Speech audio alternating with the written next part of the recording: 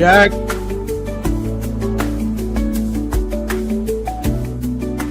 Good morning, and thank you for your patience. Sorry for making you wait so long, everybody. Steak, how we doing? Good morning. See if I can get the angle of the dangle here. Sorry for the bedhead. What's up, everybody? Nice fucking hat, by the way. Nice fucking hat. Intro longer than a Chewy stream. Hilarious. By the way, nobody's commented, but I officially got glasses. These are glasses.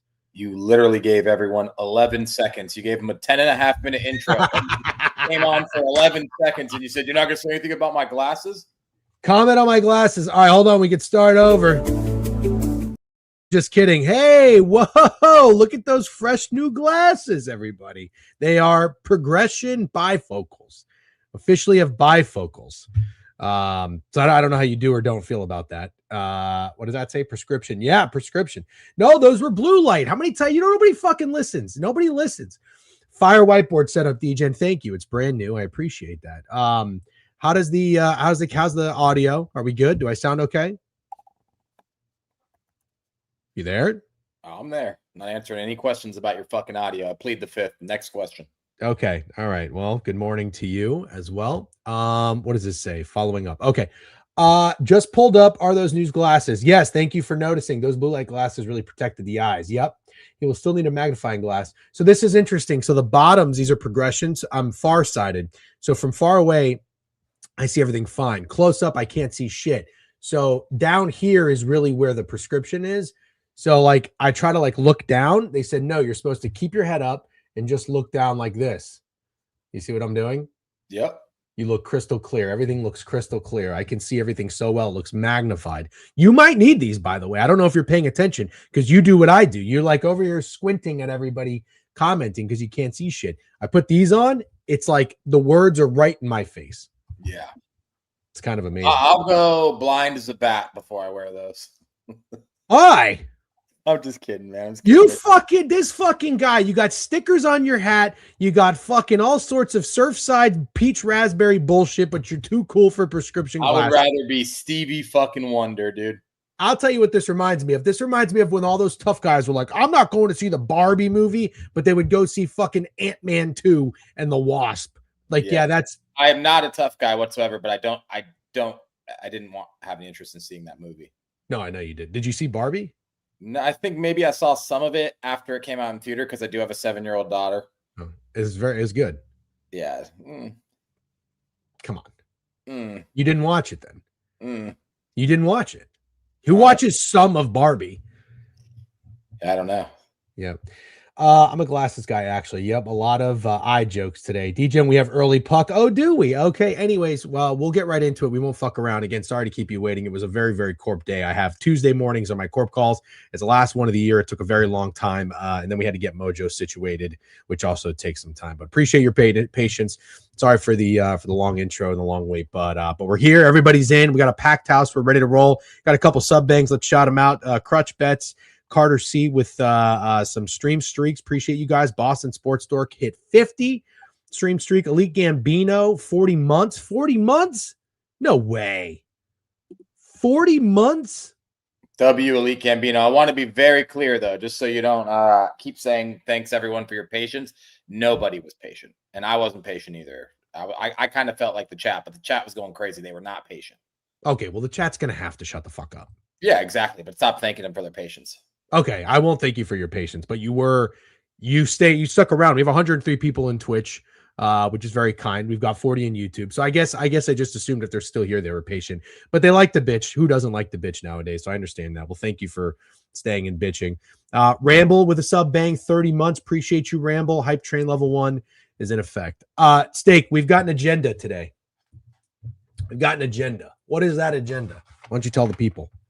Well, let's recap the game last night, which shouldn't take. I know we had a late start, but we got to get going. Are you ready to get going? I was literally going over. You look confused. You look confused. Cut me off to say, I need. All right, let's recap it. Talk to me about. And then we're going to straight up talk about college football playoffs. Okay. Recap the college football playoff games from this past weekend. We're going to talk about the college football playoff games coming up. We're going to give hot takes that we may change our mind on, or you may try to fade me. I don't know what's going to happen. We'll find out what happens. Love it. I got new markers. Sick. Okay. I got a new You're eraser. holding them like a kid who rides a short bus. I got it.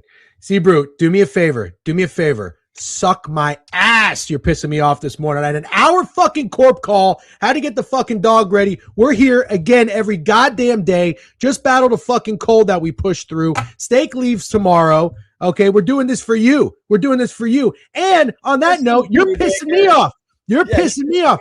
Watching this on fucking Twitter. You're watching this on Twitter. I'm pissing you off. You're pissing me off. Getting fucking Twitch. You can't watch one ad so we can make a nickel? You can just sit there. You can sit panhandling, Carson. You're literally like a homeless person who asks for money and then you give him $1 and he's like, oh, only $1, dude? What can I get with $1? And you're like, fuck you. You're homeless. You asked for money. I gave you a fucking $1. Honestly, Carter C has a point. Stop going live on Twitter. Why are we going live on Twitter? To yell at people for watching on Twitter. We're off Twitter. You just fucked everything up. Fucked everything up. Fucked everything up. Remove Twitter from this stream. Yep. C-Brew fucked everything up. I can't wait to see C-Brew come in here in Twitch or YouTube. A lot of you other hobos. A lot of energy because it's going to be the last stream of the week with Steak leaves tomorrow. And then it's Christmas Eve, even though he's Jewish, but he's taking off for Christmas Eve. And RedTube, Twitch, Twitter. That's fair. Team comeback. Yep. Oh, look at that. C-Pup from 63rd. Appreciate you. Yep. DJ Scrooge. That's one way to look at it. Oh my God, my battery low is on my Oura Ring. Dude, my Oura Ring battery is fucking up. It's like, does yours need to be charged every day? Not every day. Every day is a problem. Something's fucked up. Anyways, we got college football playoffs. As Steak said, we're going to be talking hot takes. What color marker are we using today? I just want you to hold the markers like a normal fucking person. Dude, you don't fucking hold anything. You hold nothing. I don't want you to sit there in your armrest fucking chair. You can't even pull up a picture of fucking who did we Google yesterday? I can pull up a picture. There you go. Finally, we're once in your fucking life. Still looks a little weird, but it's gonna work. Yeah. What is the proper way? Let's use a green marker for Christmas. All right. Can you guys see the board well? You can't see the board well. We got college football playoffs. We got round 2. So playoffs round 2. Thank you, Snacks. Thank you, Boston Sports Store. This is not the boldest of green. This is not the boldest. This is not the darkest green. I would prefer a darker green. Yeah, I'll be honest. I choked. I picked the worst possible color. I picked the worst possible marker, dude. I'm a stupid idiot. First time chatter, CCFL 123. Hey, I just want to say we appreciate you. We appreciate you coming in here. Thank you very much. Love that. Switch to red. Yeah. Yeah, no, I fucked this right off. Should I just go black? Let's do all different colors. Do red for the next line and then black. Right. That's fun. All right. Now we're having fun. I'm having a great time. It's 10:43. We're ready to roll. I feel better. 6 hours of sleep nowadays is feeling like, honestly, it should be 100 sleep score, even though it was a 70. Should have picked red for all DJ bet slip. Fuck you, C-Pup from 63rd. I'm actually having a great December. I would like for you to know that, but thank you very much. You know what? For C-Pup, that's a pretty good chirp, dude. Yeah, it is actually. That's good. That's good. You see, where's that fucking fuckface? Who's that fucking guy that doesn't say anything except my eyebrows? J.E. Thorpe, motherfucker. See, at least C-Pup 63rd comes in here from Twitter, does something. Provides a little bit. CCFL with a new follow. Thank you. Is DJ pissing? I didn't even see we snuck a poll in there. If I'm pissing people off already, that's impossible. Anyways, Steak, we've got college football. We have the playoffs this weekend, round 2. However, we've got hella bowl games. But I don't think we need to talk about any bowl games today. We've already wasted enough time. And we need to recap the NFL game yesterday, and then we need to talk about just college football playoffs. That's the only thing I want to talk about. All right, but then if we have enough time, we should talk about the bowl games because there are 3. We will not have enough time, but let's try. Okay. Colts was always a shit wager. It was never going back to the Unk after he went on the road and almost beat the Seahawks. Unfortunately, we were a week 8 on the Unk after we talked about betting the Unk. Then we go back to Phillip Rivers, although it was not really Phillip Rivers' fault. I thought he played his absolute dick off, and Jonathan Taylor did nothing, by the way, so it was never Jonathan Taylor day. Great call on the over, which you said was your favorite bet, and then you kind of got spooked off of. No big deal. I did play the Colts team total over. It was the only wager I hit last night. And the Niners were unstoppable, and they are rocking and they are rolling. And I would say that if you have Niners futures, if you bought the dip and you bought low, I'm sure Cornfields probably did somewhere. You got to be feeling really good about yourself. If they win out, they get the 1 seed. From what I understand, got to beat the Bears, got to beat the Seahawks at home. Steak, what were your takeaway? One, I saw people bitching on the timeline about Phillip Rivers, and that's crazy. Absolutely insane. You got 16 carries for 46 yards from bum ass Jonathan Taylor, who has just fallen the fuck off the face of the planet. You got 277 and 2 touchdowns from Phillip Rivers. He's 45 fucking years old. You thought you were going to get more than that? Couldn't believe there's people on the timeline chirping Phillip Rivers. That's the craziest thing I've ever seen, ever. Kept the team in this game. No one else did a goddamn thing. The defense was the worst thing I've ever watched. The Colts defense got absolutely dissected like a fucking frog in whatever fucking class. Anatomy. Dissect frogs. That's what the fuck Brock Purdy did to the Colts defense. Just everything he wanted. Looked like the best quarterback in the NFL. He didn't fucking miss except for that one interception. It was crazy. Christian McCaffrey was getting 6 yards every single time he touched the ball. The Colts defense was abysmal, but Phillip Rivers was awesome, and I couldn't believe people were chirping him. That is the absolute best case scenario when you sign a 45-year-old grandpa off the couch. I have a lot of concerns about the Niners defense too when it comes to being able to be real competitors, because if Phillip Rivers can do that to you, I'm pretty concerned. I'll be honest. Yeah, they're guys. So I've watched the Niners defense quite a bit, and I've seen their guys start to get some playing time. They had a dude come back last night, and I remember when he got hurt. He's the guy that filled in for Fred Warner. His name's Tatum Bethune. I think this guy's a football player. Seriously, if we're just talking like straight up, like watching ball, he's a 7th round draft pick last year. Yeah. And for somebody that stepped up, I mean, I'm a Bucs fan, and I've seen some really, really bad linebacker play. Shout out fucking KJ Britt last year. But, you know, Levante David, I love. I'm not insulting him, but he is getting old. This guy's filling in quite nicely. There was another dude, Upton Stout, that plays in the secondary. Diomador Lenore, I believe, is another guy. And then there's one other dude I wanted to point out, not fucking Eli Apple. That's hilarious that he's in there. But anyways, D Winters, I think.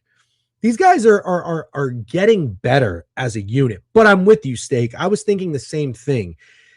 That second touchdown pass that Phillip Rivers had, I believe it was to maybe Alec Pierce.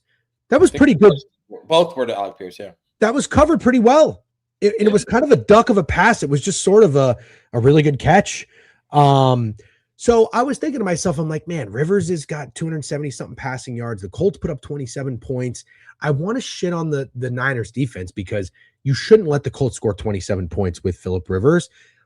I just, at the end of the day, like I still think for what they've got, the guys they've got, they still look a little bit better to me, if that makes sense. Like just from my eye test. The reason why it's okay is because you shut down Jonathan Taylor. And that was, 1 second, I got one fucking through.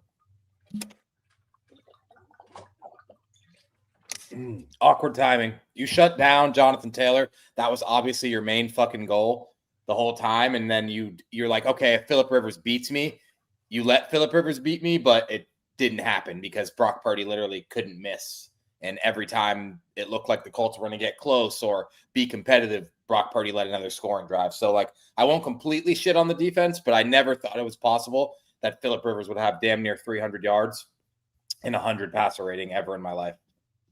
Oh, what's going on with me? DJ, actually, you're killing me. Did you see what just happened to me? I heard. The second. You okay? Something stuck in my throat. It's still in there, but I'm fighting through.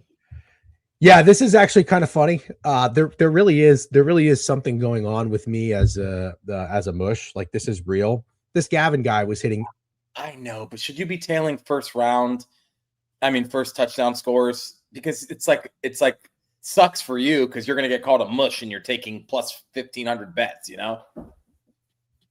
Do you think I care about being called? No, I don't think you care, but I just knew it was gonna happen. Like I knew it was gonna happen. Yeah. It is just guessing. I don't know that I've hit a first touchdown score all year, honestly.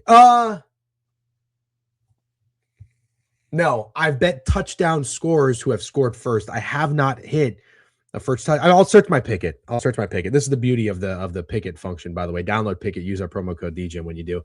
I think yeah, it was bound to happen. You're right. But here's what's going to happen. I'm not going to do the next one, and that's going to hit. So I know how this works. Yeah, we know how this works. I'll let everybody know. I'll let everybody know that I'm not going to do this. You guys can all do it. It's going to hit, and then you're fine. Yeah, you just won't leave Gavin alone. No, and I saw we have this this troll. I think his name's CJ or something. He's a Seahawks fan. He doesn't really like you because you shit on the Seahawks. He doesn't like me, but but like we live rent free in his head. And when I said I was telling Gavin, he commented, and he was like, "DJ makes fun of you, by the way." And I was like, brother, that's not a secret. Like I've retweeted Gavin a few times. I said the only way I can get a beer with this guy is if I rip my ears off.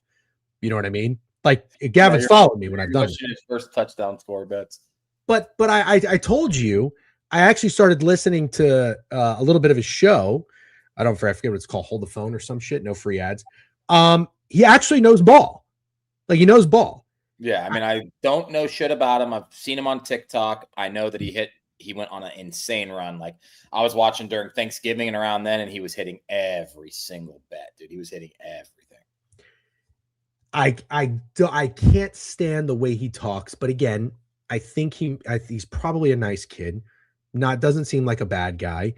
And then you add in the element of what I'm listening to him talk about the games. I got to tell you, I thought the guy knew ball. Yeah. So I will maintain my stance and my criticism, and I will tell this to anybody. I'm doing it right now. Cannot stand the voice. Cannot stand the way he talks. But he seems like he knows ball, and he was one of the hottest bettors that I followed. Not even for first touchdowns. One thing is for sure: whatever he's doing is working. Yeah. I don't know that he really gives off Mikey Over vibes, to be honest with you. But anyways, his regular TD was plus 375, plus 450. Alec Pierce, I think it's Alec Pierce first touchdown with 21. DJ, I'm in my fantasy championship this week. I'll DM you my team so you can stay off any TD bets respectfully. Okay. Yeah. But why would you want to, so you can stay off? Oh, because you're saying your guys aren't going to score? He doesn't want you to mush his fantasy team. Fuck you. I hit touchdown scores all the time. Thank you very much. Just had to explain that to you since for some reason you were struggling with it. Yeah, I saw that. Tate McRae is dating Jack Hughes. That's crazy. I could think she could probably do better, personally. Is that a bad take? I don't know who Jack Hughes is, dude. Sorry. I mean, he's a really good hockey player, but you know what? Actually, no. Good on her dating a hockey player. That's that W hockey player. Calling our shot was all over Pierce. Wow. Okay. Calling our cake. Interesting. How didn't you get that? I don't know what he means. Anyways, Steak, do you Niners 11-4? I missed what you were saying when you were choking on your water. I don't even know what I said. Yeah. Chance for a Super Bowl? Nah. I'm a little concerned about the defense. They wouldn't be my team to pick from the NFC personally. But I did love what I saw from Brock Purdy. A guy looked fucking dialed. Yeah, Brock Purdy's numbers, by the way, in case anybody does not know. 25-34, 295, 5 touchdown passes, only 1 sack, QBR 89, rating 126. So Riley Leonard got in there for a pass and he was 0 for 1. I missed that entirely. Tyler Warren, 3 catches, 30 yards. Not great. Not great. Not great. He hasn't been great. Him and Emeka Egbuka have had like the same fall off. Yep. Yeah, not good. Okay. Anything else? I see Elite Gambino redeemed Hangman 9 minutes ago. Gambino, can we get him refunded? We're going to have to do Hangman another day. We just got too much to talk about. We got to get into the college football playoff. As you can tell with our green marker, we are on air, and it's college football playoff round 2. Steak, we will bypass these. We'll bypass these bowl games today. There is one starting at 2:00. I think we will have time to revisit them. Toledo's playing. What's that? Me too. Okay. Toledo's playing Louisville. Western Kentucky's playing Southern Miss. UNLV is playing Ohio. But at the end of the day, if we don't talk about any of these bowl games, I'm not gonna lose any sleep. That bowl game yesterday, the Potato Bowl, I didn't watch it, but from what I gathered, it looked like it was awful. Bowl games are just dead. Utah State needs to be investigated. Yeah, 100%. I hate to tell people this. I hate to tell people this. But it's like, oh, you're a boomer. No, no, dude. Like, just things are just dying. Things are I getting don't worse. think it's a boomer take. Bowl games are much shittier with opt-outs, transfer portal, and NIL. It just is what it Okay. is. But I feel like there's still an element of people acting like they're into the bowl games, you know? Yeah, I think people like gambling. Like, for example, there's people in the chat saying, like, don't talk about the college football playoff because it's not for 10 days because they probably want to bet on these games. But we're going to talk about the college football playoff. We're also going to recap it because that's what fucking matters. Yeah, like I like gambling, but I like gambling that like is something that I can have an opinion on. And I just don't know how anyone can have an opinion on these teams where you don't know who's playing. Yeah, I tried to have an opinion on Utah State yesterday. And let me just ask you a serious question. We'll move on. What was your thought process? No, thank you. Next question. That's one thing I hate. I hate when I first of all, I hate when you give out a bet and someone says why. Hate that. I don't like it. No, I don't like it. But what I really hate is if they ask you to explain it after a loss. That I hate even more. I've asked you to give out an explanation on a bet that won. Yeah, you have. I don't like it. I don't like the why question. It's like, bro, you're not paying me. I don't have to write you a fucking essay on why I took this bet. I don't know. I couldn't disagree with you more. We are here talking on camera in front of 170 plus people. They'd like to hear our thoughts.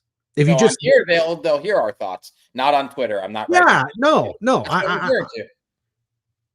but I'm asking, what made you bet Utah State a bowl game? What made you bet a bowl game? It felt a little contrarian until Trent was on it, but also I really don't like Washington State. Okay, that suffices. You don't have to, if you bet on a team. I don't care if you don't like anything about the team. If you're more so fading the other team, that makes sense. Got it. So you were fading Washington State. It was more of a fade of Washington State than a bet on Utah State. Yes. Last question about those teams. Is either coach or quarterback going anywhere from Utah State? I don't know. I don't know anybody on anyone. I don't know. I don't know that answer. Yeah, we still like you, Steak. Right. I know. Listen, we're both gut and plums betters, but there's still an element of the brain when we pick. So even if it's 5 words, I don't give a fuck. I just like to kind of know why we landed on something. Oh my God. I was going to say, I thought North Texas's coach is going to Oklahoma State. Apparently Washington State's coach is going to be the defensive coordinator at Oklahoma State. What a move. What a move. How dead is Washington State if your head coach leaves to go be the defensive coordinator at Oklahoma State? Has that ever happened before? Has a head coach at they're not Power 4, I guess. Is Washington State still technically in the Pac-12? Oh, he's going to Iowa State? He's going to Iowa State. Real info, guys. Wait, but he's going to be the head coach or the defensive coordinator of Iowa State? He's going to Iowa State. Somebody give me the real thing. I don't think he's going to be the head coach of Iowa State. But then again, I don't know who the head coach of Iowa State is now that. Oh, okay. Washington State's coach is going to be the head coach of Iowa State. Holy shit. Got it. Wow. That's an interesting move. On that note, what's up with Michigan and their latest head coaching search? Do we have any update? Like a whole lot of nothing. They're either striking out or they're doing what you said they do, and they really aren't actually trying to hire a coach, and they're going to roll with Biff Poggi for a year. Yeah. Okay. What do you think they should do? What should Michigan do? Kim Jong? Yeah, that was a very funny video that you found on TikTok. One of the first things I watched this morning. I was fucking dying. We are. I mean, are we a year away from not knowing what's real on social media? I don't know. I don't want to say Michigan's dead because I know they have so much power and money that they could kind of make a quick comeback. But man, this is not good. This is not good. My mom and like my family. I don't know if you're close to like your relatives. Obviously, I know you have a big family in terms of like sisters and brothers and everything, but they watch the prank videos and these things, whether they're TikTok or Facebook, like funny old people humor. Yeah. There's it's getting concerning how many times my mom will laugh at something while she's on her phone and I'll ask to watch it. And it's an AI video. And this new thing is like scaring like your pets. So like you scare your dog and the dog runs around or like rolls over and lays on its back. And it's so obviously AI. And I'm like, no. That's you got to be able to tell the difference. And they can't tell the difference. No, yeah, it's scary that you don't know the difference between AI. Yeah, but yeah, I just see people that aren't old that don't know the difference from AI. That is the one funny bit on Pardon My Take when they were talking about Hank. Hank was looking at these videos and he didn't know if they were like, remember the t-shirt launcher into the old lady? Oh yeah, yeah. I think Hank has some very dumb brain qualities. Oh, he's a dumb guy. Yeah, Like, he deep down he's a dumb guy. and that's okay. I'll be friends. He seems like a good dude, but he's like he can read and write, and like that's the extent I think of of of his intelligence. Just my opinion there. The washing the whales is funny. Yeah, I'm also concerned about that. My dad watches too many AI videos and enjoys them. Right, as long as you know they're AI, that's fine. But if you think they're real, I'm like, oh no, this is not good. Do you remember Larry the Goldfish from PMT? I do remember Larry the Goldfish. Yep. Okay, let's get into the college football playoffs. It's 11 o'clock on the dot. We got a power hour. First game this weekend, ladies and gentlemen. Wow, we got hella bowl games on Friday. We got Clemson, Penn State on Saturday. I'm just scrolling down. I'm trying to find the first fucking game. When is the first? You don't game? want to recap the games from the past weekend? You don't want to talk about them? Alabama, Oklahoma, the group of 5 teams that absolutely were miserable. Yep. I forgot we were going to do that. All right. We did not recap it. It's only Tuesday. You're right. All right. Let's talk about the first one. Let's just go in order. Alabama beats Oklahoma. I think it was like 34-24. Steak, what were your takeaways from that game? The game went nothing like I thought it was going to go in any way. Yeah, you whiffed on that one. Of course, you could say something, Crush. It's not even a whiff. It's just like John Mateer threw for 300 yards and Oklahoma couldn't win. Thought that was so strange, but they ran the ball 33 times for 55 yards, and it makes me think that Alabama had the best defensive game plan ever because John Mateer does kind of stink, and I think Alabama knows that. And so they said, we're not going to let this team dominate us on the ground. If they're going to beat us, they will beat us throwing the football, and that's what they did because I think it's actually pretty fitting that John Mateer had to throw the ball 41 times, 307 yards, and they still lost. I think that was the best part of the game for me from Alabama. Ty Simpson was effective, but he wasn't anything spectacular. He had 232 yards, and Alabama ran the ball 25 times for 28 yards. So the game was won by Alabama's rush defense, in my opinion, and that's about all I got. The game was won by Alabama's rush defense. I don't know. I don't know if I agree with that. I think there is actually an element of Oklahoma lost this game. Well, yeah, I mean they threw they're up 17-0. They were up 17-0. They threw the horrible pick six. They got a block punt. That what that punter did was very, very strange. Yep. We knew this was going to happen. We talked about this. When a guy does something really, really, really bad, we're going to immediately start accusing him of gambling. That's just what we're going to do. Mm-hmm. I don't want to be that person, but also there are certainly times, there have been a handful of times where even I'm like, oof, that looks like someone showed up to your fucking apartment with a suitcase and was like, hey, why don't you fuck this up for us? Yeah. That was bizarre. I thought Ty Simpson played an interesting game. He didn't do anything crazy, but he didn't make mistakes. And when we talked about this, and I'll glaze you and very, very soon, don't you worry. But the read I had in this game when I did my write-up, granted I didn't have a wager on it, Alabama turned the ball over the first time these teams met 3 times. Mm-hmm. And Oklahoma barely won. And remember, I pointed out to you guys, Oklahoma won that game with 12 first downs. They didn't do anything impressive. Everything Alabama needed to do was play a clean game. How many turnovers do you think they had in the rematch? They had 0. They had 0 turnovers. They had 4 penalties. Oklahoma had awful ones. Yep. And Oklahoma only had 1 turnover, but it was a huge turnover. It was a costly turnover. They just played a really smart, efficient game. They only had 260 yards, and Alabama had 12 first downs. So I really think Oklahoma just kind of shit themselves. I actually thought you're right. You're right. The reason I was saying that is because if you're up 17-0 at home, you should be able to lean on your pretty solid offensive line and rush offense to put the game away. But Alabama had it tied 17-17 by halftime.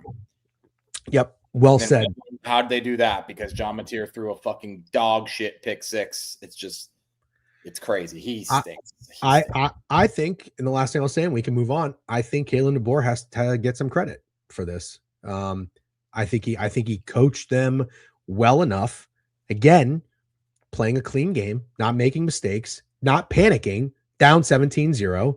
And they came back. I thought they looked poised. I thought they looked fine. They did what they had to do. And the fact that they came back and scored, I think at one point it was like 27 unanswered points, if I'm not mistaken, maybe 24, 27. 27, and then 50 Cent came out and performed many men. Yep. On the road. That was impressive. So kudos to Alabama. You had a feeling that was going to happen. I started the hate watch sort of when they went down in the hole. Granted, sure, call me a cherry picker on the hate watch. Had a feeling Alabama was going to do this. And Oklahoma loses, so Alabama advances. And like you said, if Alabama wins a playoff game, I guess I'm wrong. I want to be clear, just to say this. I think it has to be an out-of-body experience if you are Oklahoma alum or a fan and you were in Norman, Oklahoma, and you were in the beginning of the fourth quarter and you just gave up 27 unanswered when you had a 17-point lead, and then they're like, and now performing 50 Cent. First of all, is that a thing in Norman that there's like a thing at the end of the third quarter? I guess it is. But what the fuck? That has to be an out-of-body experience listening to 50 Cent sing Mini Men after giving up 27 in a row. I had no idea there was going to be performances like that. That was crazy. I literally thought I was taking crazy pills. I don't like it. They usually just play a song before the fourth, so they did something special for the playoff game. Got it. Interesting. Awful. I absolutely hate it. Yeah, I absolutely hate it. Okay. For the exact reason, this is the exact reason why I hate it. Because that was the worst timing ever. All right. I'm just letting Twitter know that we are live on Twitch and YouTube and to come in and join us. Okay. Next game. This is where I know you had a problem with me not taking your no. Sorry, we're gonna go in order. Miami, Texas A&M. Yeah. Gotta be my best read in ages, maybe of all season with this under. I guess you could always say Miami was our initial read. You could have just played Miami. Maybe that was better, but also not really. Miami did nothing to impress me. They were maybe even a little bit more pathetic, but this was all Mark Fletcher, 17 carries, 172 yards. I do got to give Beavis flowers. I saw he was on Mark Fletcher props. His line was like 40 yards rushing. He quadrupled that. But this game was honestly, it was kind of a little in a way how I expected it to play out in terms of going under. I did not think we were going to have one touchdown in the game. That absolutely blew my mind. And what didn't blow my mind, and I hope Alan Dims is here because a motherfucker loves to chirp me for we talk sports and, oh, you didn't even watch the game. I watched Marcel Reed. I watched him 3 times this season, 3.5. UTSA, Notre Dame, a half at LSU, but I've seen him the year before too. He's not a big time quarterback. He's just not. And he is not, honestly, in my opinion, that good of a quarterback. He is an elite playmaker. He's a dual threat guy. Cannot be trusted on the big stage. Cannot. I did think Texas A&M had the coaching advantage in this game, but man, Steak, I mean, you look at the box score here, and it is crazy. Miami, 12 first downs. I'm going to assume you know how many passing yards Carson Beck had. Do you? 100. 103 passing yards. I don't even know. It's just crazy. If I were to tell you Carson Beck is going to have 103 passing yards in College Station, you wouldn't have put $1 on Miami. No, but I'm still not surprised. Another fucking really good defensive game plan, man. And I think it's got to be said. Marcel Reed sucks. We nailed that. Mm-hmm. If we call ourselves out for the bad reads, we got to give ourselves credit. This is the exact type of game where you say to yourself, how did I think anything differently was going to happen with Marcel Reed? And I'm sorry, like that's fucked up to say. He had a really good year and some really good games. The only time Marcel Reed is good is when everything is perfect. Like you have 2 of the best receivers in the conference. You have a top 3 offensive line in the conference. You have an amazing defense. Everything has to be going perfectly. And what did Miami do? Dared him to throw a bunch of times. He threw 39 times. He threw 2 picks. He's inaccurate as fuck. Texas A&M ran the ball 35 times for 89 yards, 2.5 yards a carry, because Miami was shutting that shit down. And Mhm. Texas A&M still said, holy fuck, we still have to keep trying to establish the run because there's no way we can make Marcel Reed throw the ball more than 39 times in this game. Mhm. He's awful. There were so many passes off target. He made a few throws, but there were so many passes off target. Marcel Reed is not that guy. There is just no situation in a college football playoff game where I'd want to go to battle with Marcel Reed. But then again, Carson Beck was a whole lot of nothing too. Yep. Yep. And then the last thing I want to say about this game, I didn't see this until just a couple days ago. Did you see that offensive lineman call out Ruben Bain? Yes. I had no idea. Yeah. And the fact that an individual can be that stupid blows my mind. I hope his teammates were like, bro, shut the fuck up. I don't even really know. I know this is going to sound crazy. I like to put myself in the position of coaches and guys involved in organizations and football teams because we love sports. And it's like, what would we do? That might be like a, maybe not cut, but that's how do you start a guy that does that? I just think it's stupid. How do you start a guy that calls out Ruben Bain? Yeah. You are the dumbest motherfucker to poke that bear. And what did this guy do? Let me pull it up right now. I already know what he did. 3 fucking sacks. 3 sacks. 3 sacks. On And a it's not easy to sack. Yeah. The team had 7 sacks in total. I mean, look, I hate bulletin board material. I hate it. I would never in the week leading up to a game talk shit. You just go out there, you talk shit when the game starts. You talk shit with your play. Also, dude, chirp the quarterback. Like, chirp the dude you think maybe you can get in their head. You're going to get in Ruben Bain's head, the best defensive player in the country, whose job is to just be fucking angry and go after your quarterback. You're stupid. You're a stupid fucking guy. You don't know what you're doing. That's horrible, horrible trash talk. Talk a shit about Carson Beck. Yeah. I mean, look, I never condone, directly contacting athletes and being mean and everything like that. But also, if you're on a college campus, you are surrounded by fans of the team. How you also put yourself in a horrible spot because how are you not like public enemy number 1, right? It's so weird for like you do it to yourself. If you're a kicker, you go out, you miss a game-winning kick. That sucks. You try to do your job, you missed. Now everybody hates you. But dude, like you did that to yourself. Yeah. And I just can't believe it. Anyways, looking forward to Miami advancing, though. I'm glad they did. I like Miami being good. Miami, Florida State, these teams being good. It's very nostalgic for old heads like us. So, all right, move on to the next game. Great job on Ole Miss Steak. That was your favorite bet. That was a great read. Inspired performance. Great performance by Ole Miss as a whole. I mean, their defense was fucking awesome. Lacey was great. He got hurt a little bit, which sucked. He's one of my favorite college football players, and I really hope Ole Miss goes far. So when he got hurt, I was like, shit, looked like it was serious. He came back, and I think he's fine. Chambliss got hurt. Austin Simmons came in. He looked okay. He had a bad sack. I think that resulted in a turnover. 41-10. Ole Miss had one really bad quarter in the second quarter. That's pretty much it. Other than that, 14-10, 14 points scored in the first, third, and fourth. The story was their defense, in my opinion, because Tulane was moving the ball quite well. I played the Tulane team total over, which was a horrendous wager. Retzlaff was 20 of 35, 306 yards passing. They had over 400 yards total. They had 20 first downs.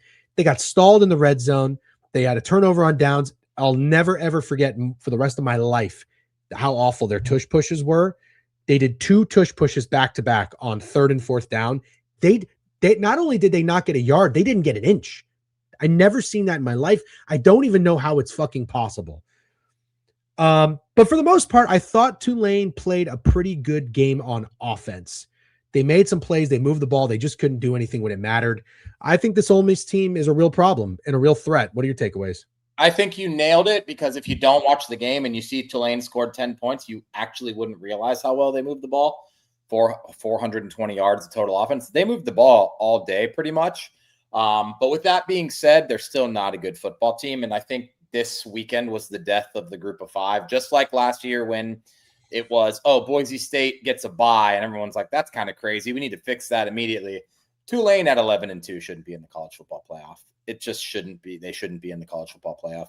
I'm fine if they were 12-0 and they made the college football playoff. Even give them an argument for 11-1. But I don't think a two-loss Tulane team should have been in this playoff with like a 30-point loss to UTSA or whatever. I know I'm upsetting Crutch because he's our mid-major guy. I'm sorry, but Tulane did not need to be in the Fuck playoff. Crutch. Hold on. Fuck Crutch. Fuck Crutch. He fucking bet Ole Miss. He bet Ole Miss. Nice wager, dude. But come on. You can't be all like, oh, yeah, Tulane, yeah, G5. Where's your pride? Where's your pride? But, oh, yeah, Ole Miss is going to kick the shit out of him? No. Ole Miss, Notre Dame would have fucked. Argue. No, you're not arguing your point. No. If you are pro G5, these teams deserve to be here, and you're getting a 17.5-point spread, but you're putting your money on Ole Miss? No. The problem is there will be G5 teams that deserve to be here potentially, but it's absolutely not Tulane. And they're I don't care. I don't care that you bet on JMU. I don't care. You could have not bet on Ole Miss and pulled for your G5 Tulane. You bet against Tulane. You can't be a G5. You can't do that. I'm sorry. You can't do that. Anyways. USC, Lancer, what you talking about? Ole Miss versus NDU. I have no idea what Lancer's talking about. JMU was an insanely lucky cover, but nonetheless. More entertaining than Tulane. They were a lot more entertaining. Oh, yeah. JMU rocked. They rocked. Let's talk about it. I agree with you. Tulane was not a very good team. They were not fun to watch. I thought that game was boring as shit, frankly. But I liked things about it. Again, I liked watching Lacey. I liked watching their offense, and I liked their defense. Their defense played their fucking ass off. JMU loses 51-34. If you had JMU 20.5, congratulations. That was an all-time backdoor cover. I don't know that I'm going to say it was a shit bet that you wrong read, right result, right? Those happens, right? Right read, wrong results happen all the time. We'll call it both ways.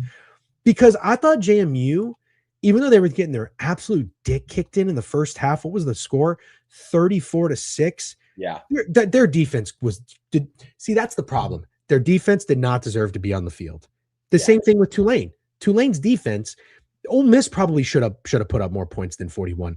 Their defense did not deserve to be on the field. And frankly, in football, it's about size, strength, and speed. And these defenses do not have them. On offense, you can get cute.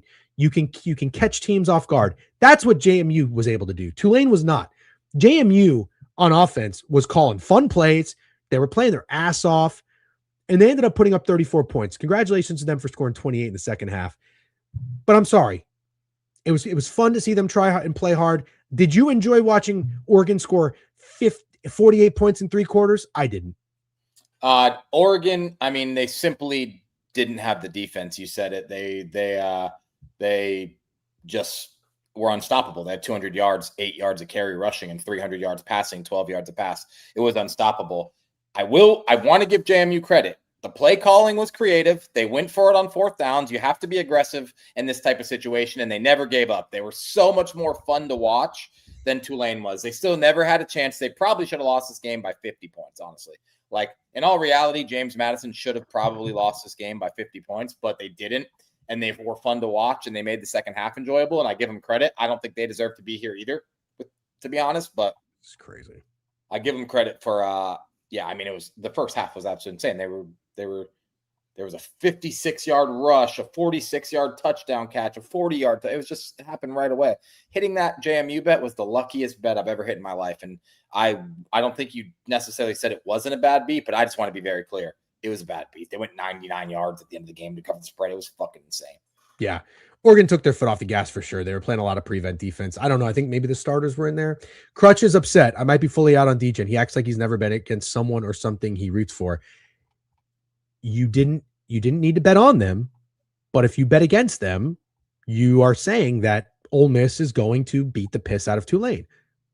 If you think Ole Miss is, and let's shit on ourselves. Well, me specifically, I did, to everyone remembering that we kind of like the under. I did not think Oregon was playing like this. Oh yeah, 51 points. I just didn't. I actually can't believe that they did. It was crazy. Yeah.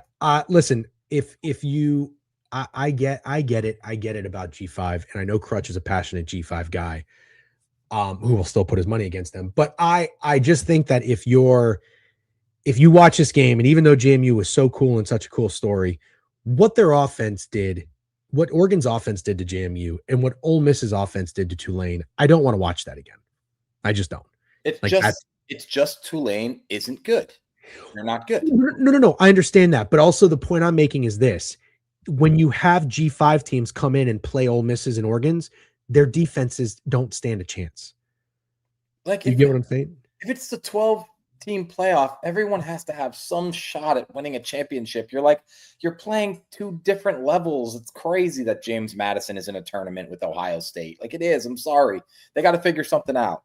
James Madison can't play their level of competition all year and then end up with a fucking chance to be in the same championship game as Ohio State. It can't happen. I just don't think March Madness. This is why I don't understand the Joel Klatt thing. Football and basketball are just totally different, entirely different. It's just so much different when you're running around on a court and you're shooting a basketball. Like Jack Kulkys can exist. Like those teams on any given day in basketball can beat one another. It doesn't happen in football, man. 60 minutes of football, size, speed, and strength. It doesn't happen. It's not going to happen. I think you nailed it, man, because Jack Golke can exist, but who the fuck on James Madison is going to guard Jeremiah Smith? This it's not possible. It's not happening. Exactly.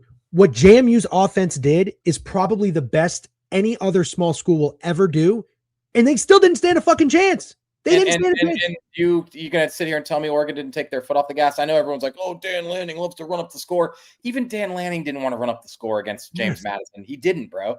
Yes. They were scoring at will. They were having 3-play, 80-yard touchdown drives, and 100% Dan Lanning was like, nah, I don't need to run up the score against James Madison. We don't need this. We don't need the Tulanes and the James Madisons to get in a playoff where they can eventually play the best teams. Because in football, I'm sorry, I'm with you. I didn't mean to cut you off, but I'm with you. They I think Drew had the best point. Have a group of 5 playoff for the group of 5 champion. That would be very, very cool. And let me just say, if Tulane went undefeated this year, totally fine. Tulane got blasted by Duke and blasted by UTSA. I'm sorry, you cannot lose to UTSA and be in the playoff. You can't fucking do it. It can't happen. Tulane didn't get blasted by Duke. Didn't they? No. Oh, wait. Tulane got blasted by Ole Miss. I apologize. They beat Duke. My bad. Yeah. And we saw this. We have seen this a couple of times. Like last year, there were 2 who Boise State played Penn State, right? Yeah. And there was one other team that didn't. And I know you're going to say, oh, but Tennessee got their ass kicked too. Sure, of course. Bro, you're forgetting a major thing. Don't do that. Don't do that. Penn State. Don't do that. Penn State. Yeah. So then you might as well Crutch. put Duke in there. You might as well put Duke in there. Do you agree with me? Crutch is better than this. He's a huge mid-major guy, but the P4 champion thing is crazy because that P4 conference you're talking about is so bad they didn't even get the automatic bid for winning that championship. And Duke should not have been in the conference championship to begin with. It was just absolutely insane. No, it's a joke. The ACC is a joke too. Okay, the ACC is an absolute fucking joke too. And then was that it? Those were the games, right? Those are the recaps. Yeah, those are the recaps. Oregon, JMU, Ole Miss, Tulane, Miami, Texas A&M. All right, now you also forgot one thing when you said Penn State played Boise State. Penn State didn't just play Boise State; they had to earn the right to play Boise State, while Boise State had a bye. That's crazy to think about. I totally forgot about that. If you put South Carolina on the field against Tulane, JMU, what's the line? Or Arkansas? Yeah, I don't know. That's a good question. To be fair, it was also bad matchups for the G5s. Yeah. Yes, it was. No, like it was. Tulane, Oklahoma would have been a close game. Closer game. I got one. James Madison would have beat Oklahoma. That's funny, man. It's funny. I don't know about that. I don't trust Venables in big games, man. Yeah, but this would I don't even know. We'll call him. Yeah. Tough game we're playing now. All right. I'll say no. Why do you guys all of a sudden like Oklahoma? Steak said Matera's ass week 4. Now all of a sudden we're backing Oklahoma. Yeah, but I just watched Oregon look like the best Ducks offense we've ever seen. Oklahoma's not Oregon.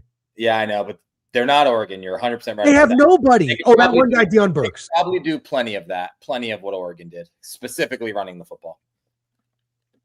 Yeah. Okay. Whatever. All right. How about this, Steak? How about a quick? Can somebody refund Gambino's Hangman? We'll do Hangman tomorrow. Oh no, it's Christmas Eve. No stream tomorrow. No stream on Christmas. I'll be back on Friday. I'll be back You're on going to say a Friday. quick tea break and talk about the four We're gonna do a platforms. quick pre-break. Yep. Do you have a hard stop at noon, by the way? Oh, we can roll through a little bit. All right, we got it. If we have to, yeah. JMU is not Alabama. Oh, stop it. Okay. By the way, we don't have to bring Alabama to the conversation. Don't forget, Oklahoma almost lost to a dead LSU team. We're definitely talking Alabama, Indiana first. Can't wait. We're talking, where's Snowman at? Can we get Snowman up and moving? I'm going to take a piss. We will be right back. Don't go anywhere after this commercial break.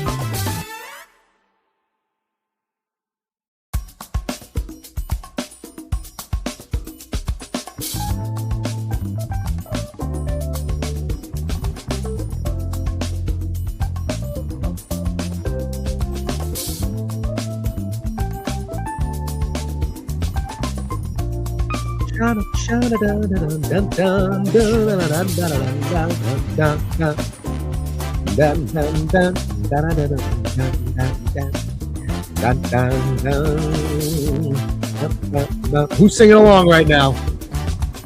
Who's singing along right now?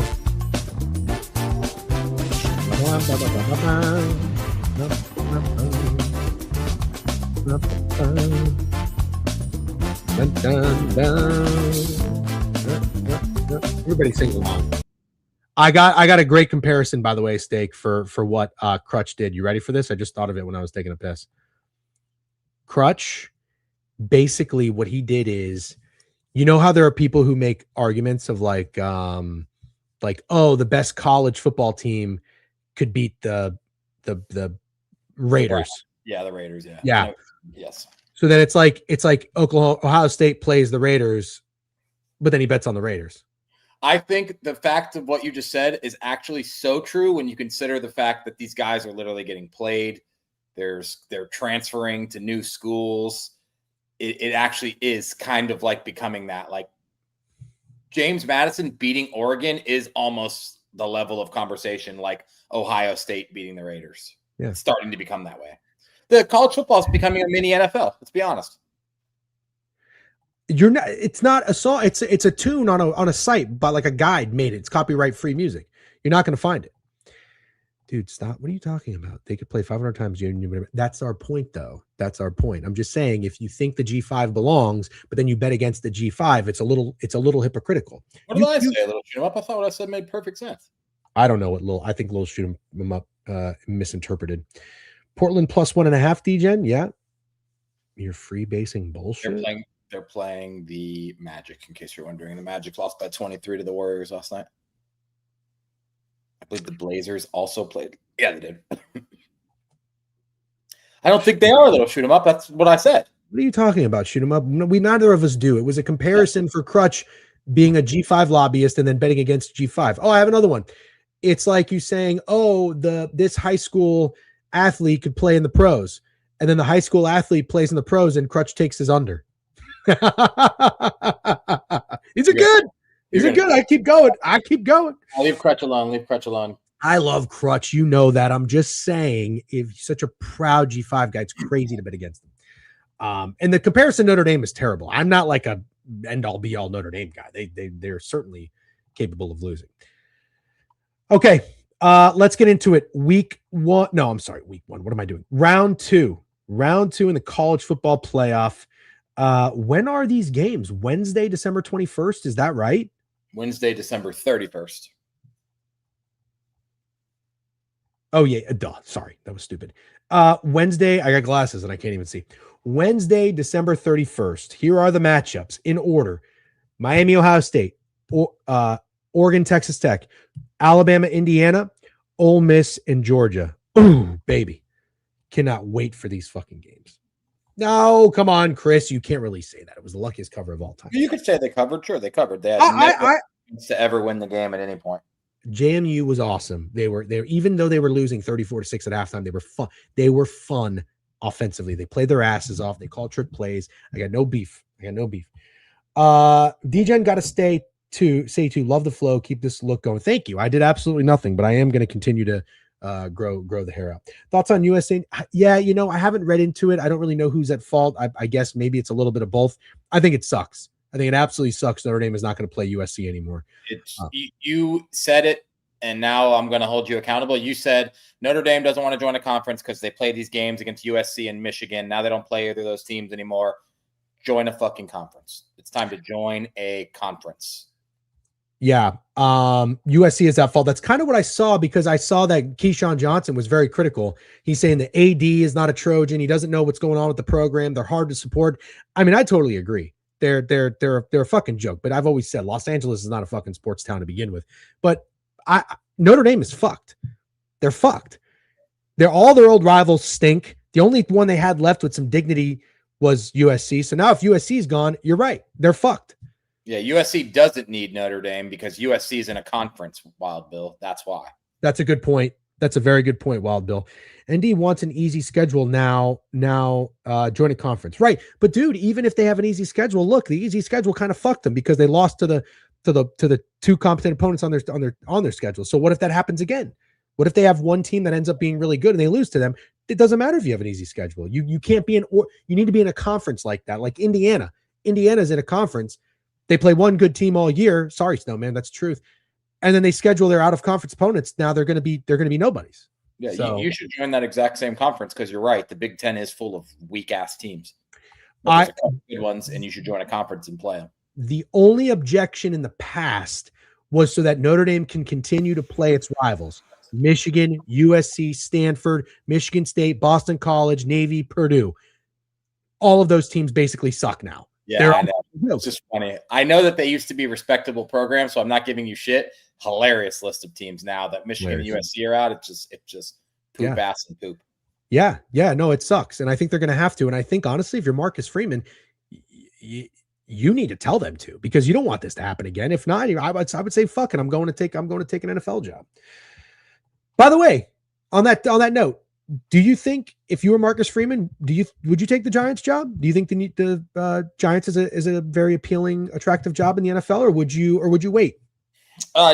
Is it been said that he definitely, his ultimate goal is to coach in the NFL? No, not that I've seen. I'll tell you this, man. I don't think he's an NFL coach. That's fair. That's fair. He's a guy who could be like a legendary college coach, and he should stick with that. And honestly, I've been your pal for a while and watched a lot of Notre Dame football. And this is the most, even with them missing the playoffs this year, this is the most I've seen them be discussed as top tier in 20 years since what, like even the year where they played Alabama in that championship game, like did anyone consider them to be like a powerhouse or any good, or were they kind of like a Cinderella story against that? No, they were very good. They were 12-0 that year. Damn, I thought they were like kind of considered like a little bit of a joke. No, Brian Kelly brought them back to being a respectful top. Okay, and when did he leave? I know it's a stupid question. He left like 5 years ago? I think 4 years ago. So this and then to be honest, that wasn't a very good take by me. No, it wasn't a very good take, but that's okay. I will tell you this. I think Marcus Freeman is a great college football head coach. He is a little bit of a cornball, but he does it in a way where it works. And I think that's a college thing. And I think he's also super handsome. He's very handsome. He's not like that, because that young, handsome look for a coach is the new thing in the NFL, but he's not like a sharp X's and O's guy, like there's not like a McVay element to Freeman. He's a rah guy. He gets the most out of it. You're forgetting that the handsome guys in the NFL are actually the fucking smart guys. John McVay is a fucking football genius. Well, and that's the thing. I'm not saying Freeman's not smart. I think he is very smart. But I don't know that he's an X and O fucking. I don't know that he is either. Whiz kid. And he's a defensive guy, if anything. Yeah, so. I think you just absolutely nailed it. Yeah. Manti Te'o's girlfriend. I don't know where that came from. Anyways, let's get into the games. All right, lock in, everybody. Lock the fuck in. But good question, though. All right, Steak. Your Miami Hurricanes. And I say that because Miami and Alabama are the two teams you were on preseason. Congratulations. You nailed it. You nailed both of them. They went over their win totals. They're in the playoffs. Neither quarterback won the Heisman, but they all at one point were there. So the Hurricanes now find themselves in round 2 against the Ohio State Buckeyes. Ohio State on Profit X right now is -9, -109. Miami is +275 to win this game. The total is 41.5. Over is -114. I kind of like that. We'll get to it in a second. And this game is on Wednesday night at 7:30 p.m. Ohio State obviously is well rested. They lost, so they're coming off a loss in the Big Ten championship against Indiana. Some are saying that that's exactly what they needed. A little bit of like that loss at the end of the season to Michigan, where then they went on to win the national championship. I tend to agree. I think Ohio State is a real problem, but at the same time, I'm kind of a Miami guy. It has nothing to do with Mario Cristobal. It has everything to do with the guys on the field. I think they have fucking dogs on the field. I love their offensive line. I love their defensive line. I like the speed with Malachi Toney. And I wasn't even that familiar with Mark Fletcher's game, but holy fuck, this guy runs hard too. So they won this game with Carson Beck passing for 100 yards, but he didn't turn the ball over. I think that's all that matters. So as of right now, this game, it's all that mattered against Texas A&M and Marcel Reed. It won't get the job done here. He's going to have to make throws. He's going to have to make throws. I agree. However, we saw Julian Sayin look a little pedestrian when they finally played a good defense in Indiana, because we have to remember with these teams, with Ohio State's and Indiana's in the Big Ten. I know everybody say, "Oh, Notre Dame's schedule is soft as fuck." Listen, go look at the Big Ten. That there ain't that many top dogs in there with Penn State falling off. Sorry. So he looked a little pedestrian. You think Julian Sayin against this Miami defense is going to struggle? Potentially. I think one of the easiest looks on this game is the under. I feel like it's just so fucking obvious. I agree. You got two of the best defenses in the country. In the last 5 games, Ohio State has allowed 10, 10, 9, 9, and 13. That's pretty fucking incredible. Miami has allowed 10, 7, 17, 7, and 3. So we got two teams that I believe have allowed under 50 points in 5 games.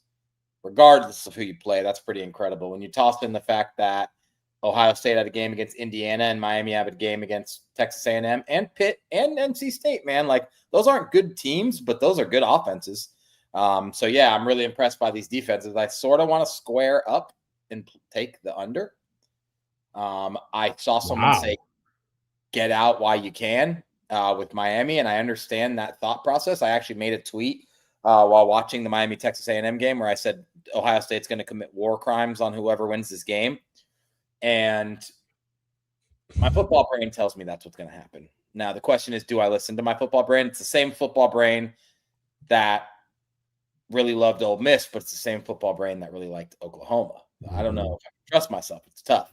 I sort of wonder if it's just a spot to go contrarian when it's already my squad. You know? Like, it's a contrarian spot. Everyone's going to bet Ohio State. And do I just roll? I think so. Yes, I do. Oh, absolutely. I think so. 100%. You can pick up splits right now. Pull up picking splits right now. I'll be early. And often, Ohio State. Well, I was going to ask you if this was going to be anything like Tennessee, Ohio State, where I walked into that trap, but everybody was going to take the dog with Tennessee. And I almost thought that everybody's going to take the points with Miami, but you don't think that's the case, huh? Not at all. Ohio State was different, man, because Ryan Day was still considered to be a choker coach who couldn't get the job done, and they were coming off a loss to a really bad Michigan team who had an actual Make-A-Wish kid at quarterback. Like, with all due respect, that kid is actually a Make-A-Wish kid that started for the Michigan Wolverines in that game. Davis Warren? A Make-A-Wish kid. So they're coming off the worst loss ever, and everyone says they can't beat Ohio State. Ryan Day can't win a big game, and now they have to fucking beat Tennessee, who people were kind of excited about. I remember how trendy of a dog they were, but it was because people didn't like Ohio State. People love Ohio State this year. They're the defending champions. They have a Heisman finalist at quarterback. They have the best wide receiver in the country. I know they had him last year, but the take on this Ohio State team completely different than last year's before they won the Natty. Yeah. Bets and money on Ohio State so far. All right, I'm going to tell you what I like and tell you exactly. You know, I love a good comparison. Love a good comparison. I sat up here, and again, the one read that I had that was pretty good is getting bad vibes about Alabama. But the other thing I told you, I don't know if you agreed or disagree, but I remember people in the chat were like, I don't see how the scoring is going to happen. I said this game feels like a weird over. I think the same exact thing about Ohio State and Miami. I think this is the Alabama Oklahoma. You have two very good defenses going against each other. I know Alabama wasn't known for their defense, but this feels like a game where everybody would just say no points. And we just saw Miami barely get 10, hardly get 10. Now, granted, they missed a kick or two and there were insane wins. I'm pretty sure this is going to be played in a dome. I think we get scoring. I think we get offense. And Steak, remember too, another one that we liked, a contrarian over, Penn State, Notre Dame, the game we went to. Yeah. Found a way to go over. Mm-hmm. This is that game. This is the game of the college football playoff where everybody's going to look at this and say, this under makes sense. Give it to me. Don't see scoring.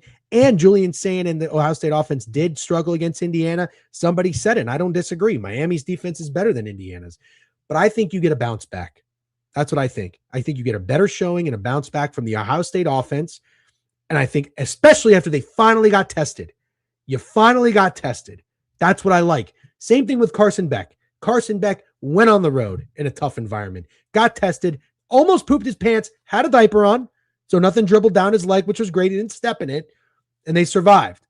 Now you get a better Miami team that scores 21 points. Min, same thing with Ohio State. 21-21. Min puts you at 42. This game goes over to 41.5. Okay, so I'll say, even though I may not be with you, I think that's the nasty contrarian side for sure. And I get all the reasons you like it. So I'm fine with that play. Yeah. One thing I liked about Miami, man, Malachi Tony had a bad fumble. And I know we've seen this year where Carson Beck threw his team under the bus in a few post-game interviews. I think it was the Louisville game, but it might have been the SMU game. No, I'm pretty sure it's the Louisville game. He threw his team under the bus, and everyone hated it. And even me, I was like, oh, God. Like, I've been talking this guy up. I thought he was going to be like a fucking solid veteran for this team, and he's just throwing his guys under the bus. Kind of sucks. Malachi Tony had a bad fumble. The whole team was talking to this guy on the sideline like, we're going to need you. Keep your fucking head in the game. And what does he do? He scores what would be the game-winning touchdown. I liked what I saw for Miami, honestly. I like that they can win that style of game. I think it's possible that this game could be a similar style, even though there's no way Julian Sand will be as bad as Marcel Reed, but I don't think it's crazy to think it could be a 17-13 game or something like that. But yeah, I think I just got to roll with my guys and take Miami with the points. I like that. Adult diapers could be a good sponsor opportunity, DJ. You're not wrong. I'm sorry. I must have had water in my ears. Did you say Miami has a better defense than Indiana? Somebody in the chat said that. So I didn't say that. I think Miami, Indiana, and Ohio State are unanimously top 5, right? Yeah. Yes. Yeah. For defenses, I think so. Yeah. Snowman, scroll up, find the gentleman who said that, and attack. Yeah. All right, let's keep moving. Next game. Oh, brother, I don't know what to do in this one. Am I reading this correctly? Oregon is a 2-point favorite against Texas Tech. Yeah. Am I reading this correctly? Oregon is minus 122 to win. What? Why is that weird? Don't you think that's disrespectful to Texas Tech? No, Texas Tech never been here before. They're from the Big 12. Nothing weird about this line whatsoever. And we just saw Oregon look like world beaters. I don't care if they didn't cover before someone reminds me. Oregon dominated that game and looked like they couldn't be stopped on offense. Dante Moore's been here before? Oregon's here every year. Well, what does that mean? Dan Lanning's been here before. Oregon's been here before. It's not weird that they're 1.5-point favorites on a neutral against Texas Tech. It's not weird. I'm fine with whatever you pitch. Do not try to convince yourself that the line's weird. It's not. Okay. All right. Fine. So it's not the wrong team favored. You got the higher seed favorite in this one. It's not the unranked favorite against the ranked opponent situation at all. Oregon's the better team in this one, in your opinion, clearly. I guess if you want to say a 1.5 is enough to make that statement. Do I think it's the team that I would expect to be favored here by a few points? Yes, because they're the Oregon Ducks and because they're the Texas Tech Red Raiders. Yes, absolutely. Okay, we got some mixed reviews. Unfortunately for you, Cam, I think that's out the window after how explosive this offense looked in that game. And everybody watched. JMU? 51 points in a playoff game, dude. That's That's crazy. And even after Texas Tech just manhandled BYU again, manhandled. Well, let's talk about this. So, and I really want to talk about this. Oregon got blown out by Ohio State. What happened the year before? They were obviously in the college football playoff the year before, right? Who'd they lose to? I don't know. Anyone know? Damn, I think Ramble might agree with you. And Cam. I'm surprised you think it's so concrete that Oregon should be favored on a neutral against Texas Tech. But hold on a second. This could change everything. Hold on. You see what Snowman said? No, Snowman, I'm not seeing that opener. I'm seeing Oregon open -1.5, and they're 2 at Circa. They are 2 at Circa, so they're not Oregon a significant laying -3. So Oregon, Ramble completely disagrees with you. Ramble thinks Oregon should be bigger favorites. Wow. Yeah, that's what I think. I want to be clear. Okay. I thought Tech would be -1.5, -2. If it did open that makes so much sense to me. But if everybody is saying they think Oregon's the better team and the rightful favorite in this spot, I'm definitely a little shocked, and I'll accept being in the minority. That's fine.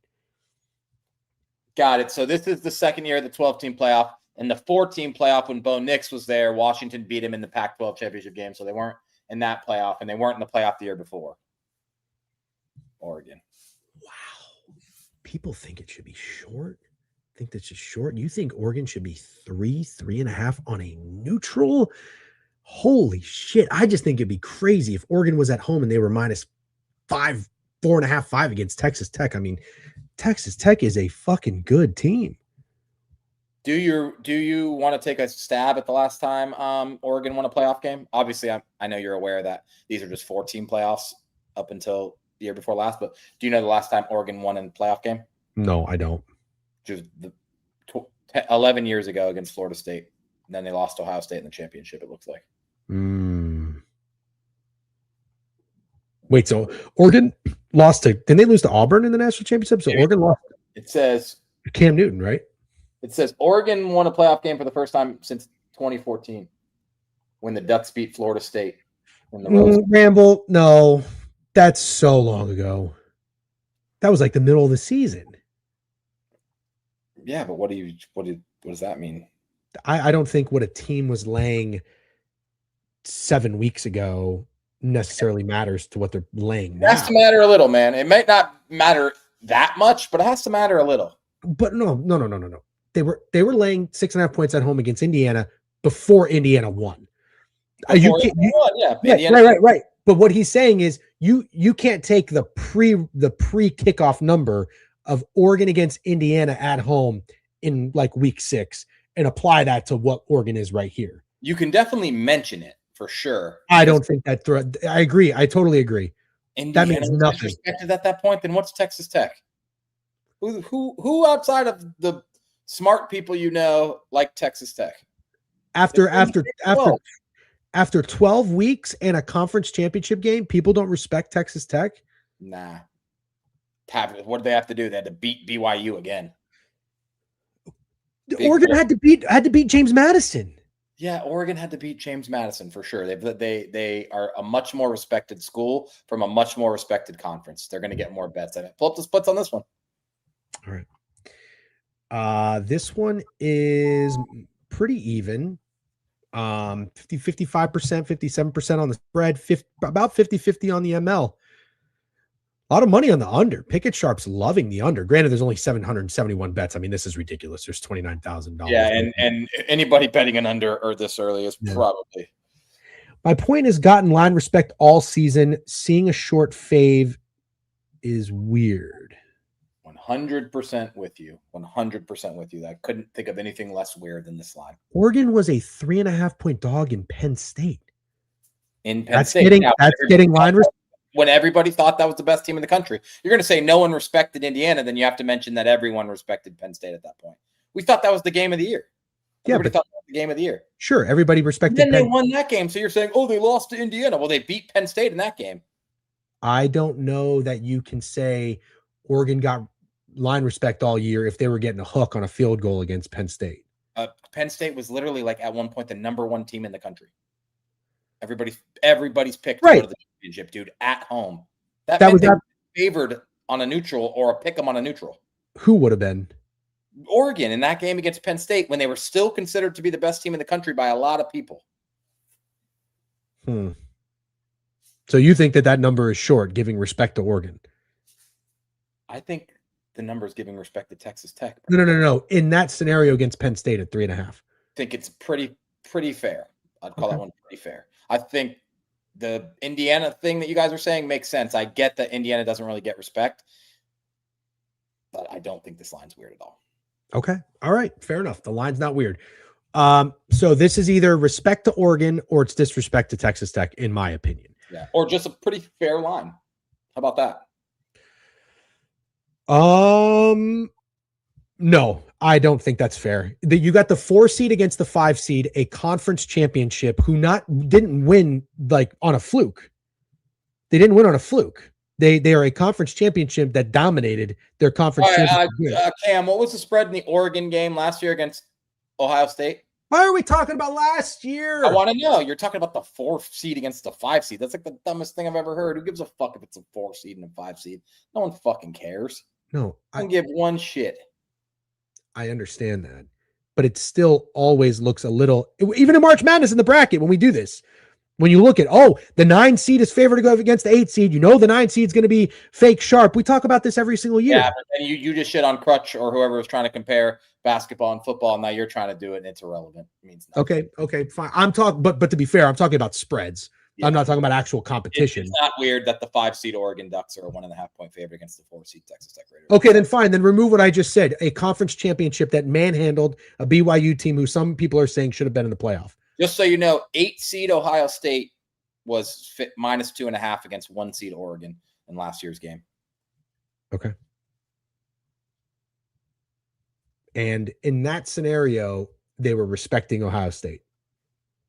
Yeah. Or disrespecting Oregon. 100% respecting Ohio State. In this scenario, is Oregon's getting respect rather than Texas Tech getting disrespect. Now I understand what you're going for with that question, and I guess it could be a little bit of both, except I don't think the line's disrespectful one way or another. I don't. I really think this is what the line should be. Okay. All right. Fair enough. I'm in a minority here. I think it's a little interesting that Oregon is favored. We will keep moving. Now talk to me about what you guys like in this game. Oregon on Profit X is -2, -108. Texas Tech +2. They're -122 on the money line. Oregon is total 52.5. Over is going to be a little juiced. You go first on this one, Steak. What do you think? I think I said this last week. It's kind of like our last chance not to have this just be a tournament between the SEC and the Big Ten. Very good point. And I think Texas Tech makes it interesting for everyone who doesn't just want to watch the best of the Big Ten play the best of the SEC, which is what this will be, because if Oregon wins, they play Indiana. If Indiana wins, is that correct? I don't know. So it's set up to be Oregon, Indiana, and Ohio State, Georgia. And I don't know, man. I think somebody's got to crash the party, and Texas Tech is the only team left. Plus, I really like Texas Tech. I have watched them play. I think they're really fucking good. I understand it's tough to figure out how good a team is when they're playing West Virginia and UCF, but they won those games 49-0 and 48-9 because they're a very dominant defense. And I don't know how healthy Morton is, but I also think they have plenty of capability on offense to stay in this game. But mostly I like the defense in this game against Oregon. Coming off a 51-point performance, I'll roll with Texas Tech. All right. After all that, I'm with you. I like Texas Tech. I don't know. Yeah, I mean, you look at the Oregon's schedule and who this team has played and the defense they played. And again, remember, I'm sorry, I'll stop shitting on it, but the Big Ten is just not a juggernaut. Wisconsin sucks. Penn State sucks. And this is what they've done. Oregon played Wisconsin and scored 21 points at home. They went on the road and played Iowa and scored 18 points and were lucky to win that game. Even on the road against Washington, they scored 26 points. When they play inferior teams, so they beat up on Oregon State, Oklahoma State, Montana State, Rutgers, Minnesota, and USC has a terrible defense. They always do. They light it up. It's going to be as simple as this for me. This Oregon Ducks team, I think, is very talented. I do respect Dan Lanning. I don't think that their offense has been tested against a Texas Tech defense like this, not even anywhere close. I think that Oregon's going to struggle to, in my opinion, score 3 to 4 touchdowns. That's what I think. Yeah, and I think the most important thing for everyone to remember, if you're thinking this way, like you're sort of thinking there's like an underdog story here because it's Texas Tech and they're not a fucking powerhouse football program and they're from the Big 12, but it's not that. Texas Tech paid as much as anyone to construct this roster, and it's full of elite talent. It's an elite fucking talent, and it's not like it's not weird to like Texas Tech here. It's just not. Yes, Xfinci. I just agreed. Indiana was a top 5 defense, 20 points at home. Right. That I'm not denying that. I was more so pointing out the other examples, but yes. Is Texas Tech's defense underrated? I kind of feel like they're getting a lot of hype. Feels like you feel differently. Me and you feel differently about Texas Tech. Yeah, exactly, Cam. Texas Tech's defense is underrated. They have a Heisman candidate at in linebacker, and I keep hearing about their defensive line being one of the best. Yeah, I guess it just depends. We're talking about public narrative on Texas Tech, and I think I'm torn because what I just said exactly.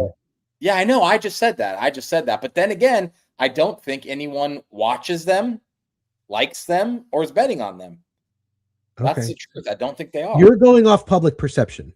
Well, yeah, but I'm going off public perception for the sake of this conversation, but not for my wager. For Understood. my wager, I like Texas Tech as a football team better than Oregon. I kind of agree with this.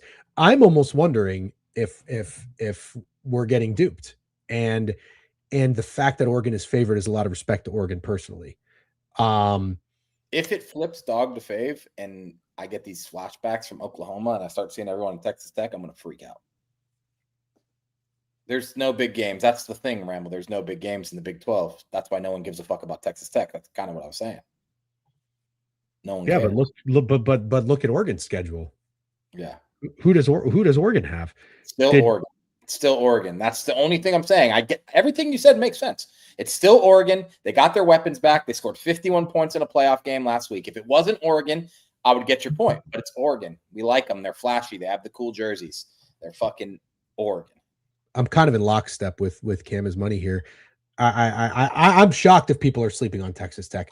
All I've heard, most expensive roster, Heisman candidate at linebacker. People love James Rodriguez, and their defensive line is one of the best in the country. And the question mark, I guess you could say, is their quarterback. Yeah, I don't really know what you're getting at. It's what does that make you like? What do you like? I like Texas Tech. Sounds like you're kind of convincing yourself you like Oregon, which I'm totally fine with, but it feels like that's what you're doing. Let's start over. I like Texas Tech. I don't think Oregon is all that in a bag of chips. Haven't all season. I go to open the sports book. I see Oregon's favored. I go, whoa. Fucking odds makers are telling me I'm the dumbass because I think Texas Tech is the better team on a neutral. So this is a classic, like I'm falling for bait because Oregon's favored. You're telling me, no, the public perception is Oregon is Oregon. They have the big O. They have the Nike swoosh. They just put up 54 points. And I'm thinking, what the fuck are we talking about? The public doesn't love the most expensive roster in college football, the Heisman candidate linebacker, the nastiest D-line in the country, and a team that just dominated their conference championship. And Bramble just said their defense is underrated. You're acting like nobody likes Texas Tech. I don't know what the fuck is real anymore. Okay, I don't know what's real. Is a lot of things you just said are not what the casual football fan feels. College football fan. That's all true. Crazy. What you said is ball knower stuff, and that's totally fine. I don't think it's your worst take of all time. I don't think anyone watched Texas Tech this year. Like, I don't think you're a casual football fan. Maybe you saw that game against Utah that they were on College Game Day for. It was at like noon Eastern time, which means if you're on the West Coast, it was 9, 10, 11, whatever time in your time zone. Nobody watched Texas Tech play any football.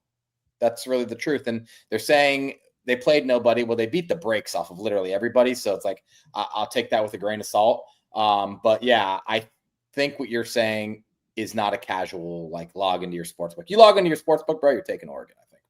That's really what I think. Wow. Yeah. Okay.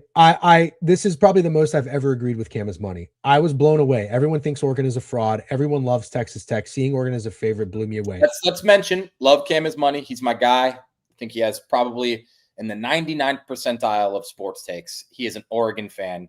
you have to take how he feels about this game with a grain of salt. You just have to. But fans like their teams. What? No, they don't. Sometimes they don't, dude. And also, when fans don't like their teams, what do we always say? When fans like their teams, we say we bet against them. And when fans are giving you reasons to bet against their team, what do? But I think Camus Money is now saying that the odds makers respecting Oregon. No, they are, dude. I'm telling you, everything you've said today is you like Oregon. You're just not wanting to say it. Everything you have said today and everything you've agreed with in the chat is you liking Oregon. I'm just being honest with you. You like Oregon. I only like Oregon because they're a favorite when I didn't think they should be. Okay, but I'm just saying. I said a lot of things I like about Texas Tech. Every argument you have made today has an outcome of you betting Oregon. I'm not telling you what to bet or what you're going to bet. No, it's not. Steak is not correct. I fucking literally went down the list of opponents Oregon has faced and how they shit themselves and said Texas Tech is going to be to make a point as to why it was weird that Oregon was favored. That's why you did that. But I also said I said I like Texas Tech until I open the sports book and see the number. The only reason I like Oregon is because of the number. Tech until you like Oregon. No, I like Texas Tech. All right. I don't believe you. I gave you every fucking reason in the book. This defense is going to be the best defense they faced since Indiana, where they lost 30-20. I faded Oregon on the season. I didn't think Dante Moore was all that in a bag of chips. Literally said that. I have 99 reasons I like Texas Tech. The only one is the spread. Okay, well, here's the good news. That was very good banter. I think we came to no conclusions, but it's December 23rd, and this game isn't until January 1st. So we don't actually have to come to a conclusion, but that was good banter. Let's move on to the next game because it's 12:01, and I want to talk about it. Next game, Alabama Crimson Tide. Your comparisons, Crutch, are awful. I made enough comparisons. We're going to have to get Crutch up here to argue with you. You don't have an argument in this. You don't have an argument in this. We have 2 games left, bro. We got to get going. All right. Talk Oregon, fucking Texas Tech for 30 minutes. See, I got to pee again. All your takes say you're taking Oregon. What crazy pill am I taking? That's take I gave is crazy. Oregon's offense sucks against good defenses, and Texas Tech's going to be a great defense. Log into your sports book, and you're surprised to see them favored, dude. But you can't say all my takes say Oregon. That's one fucking take. It's not one take. It's what you keep. That's not what you're getting, DJ. That's one take. No. It's not one thing. It's one thing you always keep coming back to. It doesn't matter. It doesn't matter. It does matter. Every time you say I like Texas Tech, you come back to thinking it's weird that Oregon's favored. Do you see what this is? These are bullet points. Don't do anything with that. That's no. I don't even see your stupid green marker. Do you see what this is? Do you see what this is? These are bullet points. Yeah. If you say all my takes are Oregon, every fucking bullet point would be a pro for Oregon. Nope. You're forgetting, bro. You make all those bullet points, and they'll all say why you don't like Oregon, and then you log into your sports book and you say, why, after I said all that stuff, is Oregon favored?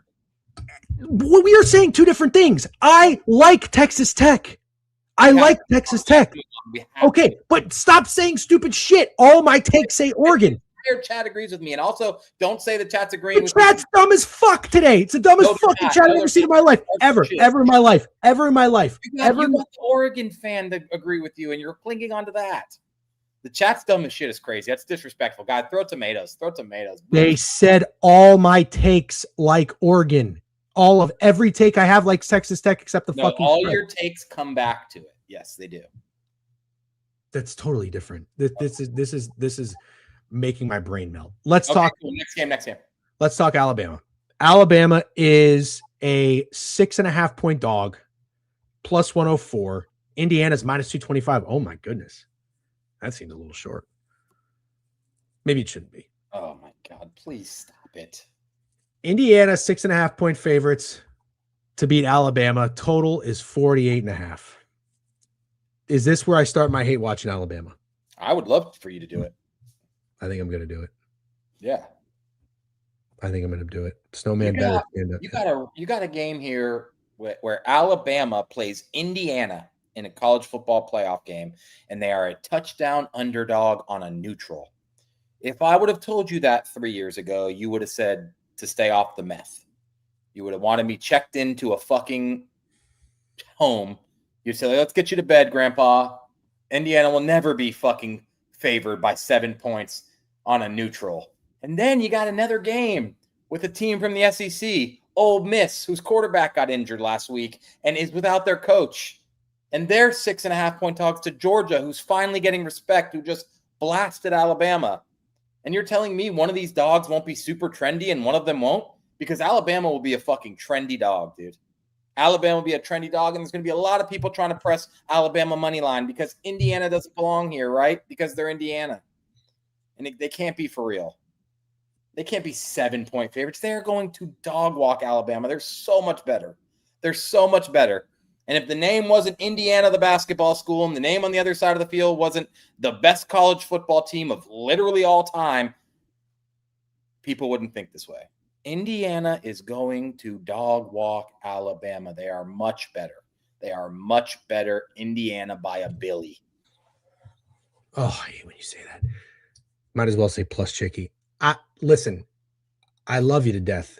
I don't know why you keep saying in this era of college football anything about the past. Nothing matters 3 years ago. This matters. You're forgetting one major thing. It's the college football playoff on New Year's Day. More casuals, your dads, your grandpas who don't listen to this show or listen to any VSiN or smart people talk, and they just log on to ESPN or log into their DraftKings and they take a bet and they say, I can get fucking Alabama plus 250. They're taking that, bro. They're taking that. Man, I don't agree with you at all. Weird. That is weird. I think what's weird is for not even just 1 year, but for 2 years, we have a head coach at Alabama who everybody keeps saying hates his life and wants to leave, is talking about going to Michigan. Nah, doesn't. We've got Alabama players saying Alabama shouldn't even be in the playoff.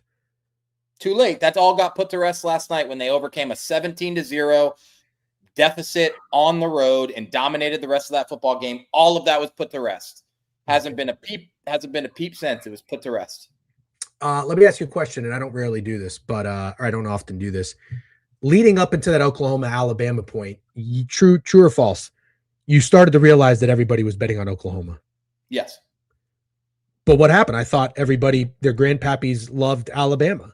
No one loved Alabama. You just said why. So now everybody loves Alabama after one win against absolutely. Oklahoma. They like them way more. Even though Indiana beat Ohio State. They're acting like the narrative on a team can't change game by game, like there's not recency bias and it doesn't matter who they play. That's crazy. You just said the narrative for Alabama. You just went back 3 years. Now you're saying it can change game by game. 3 years to say that you would think it was absolutely insane if I told you 3 years ago that Indiana would be minus 7. That doesn't mean anything. That doesn't mean anything.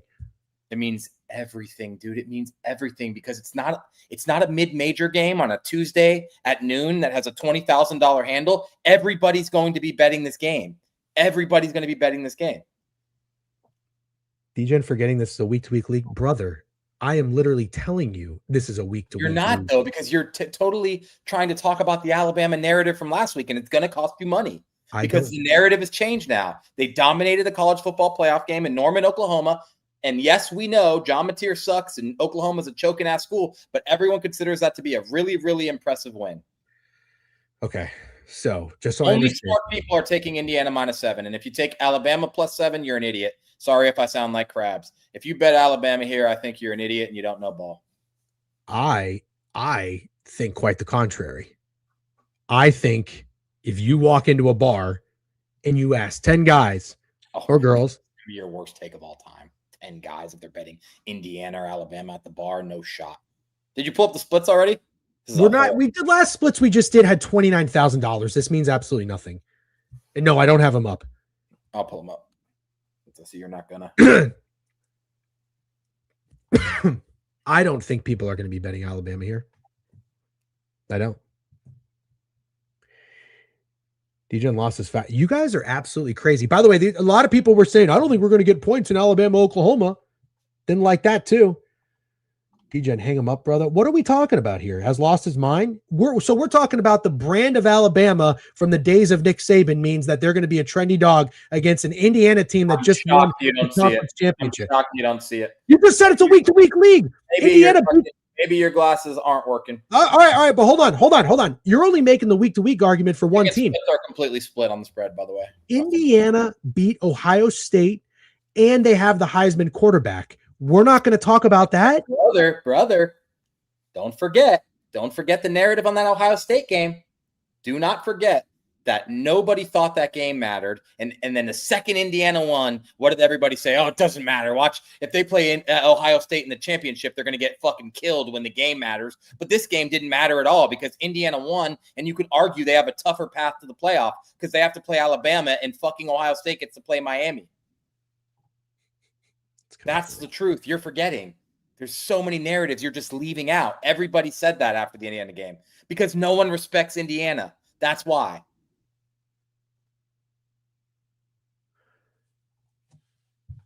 Okay. But you're conflicting. Everybody liked Oklahoma in the Oklahoma-Alabama matchup because nobody respected Alabama. Now everybody respects Alabama, but nobody respects Indiana? No one respects that win against Ohio State. No one thinks it was a real game. I literally heard people calling it an exhibition game. The game didn't matter. The game didn't matter. The game didn't matter. The game didn't matter. That's what everybody's saying. That's not how I feel. That's just what everybody's saying. I'll make a friendly wager with you.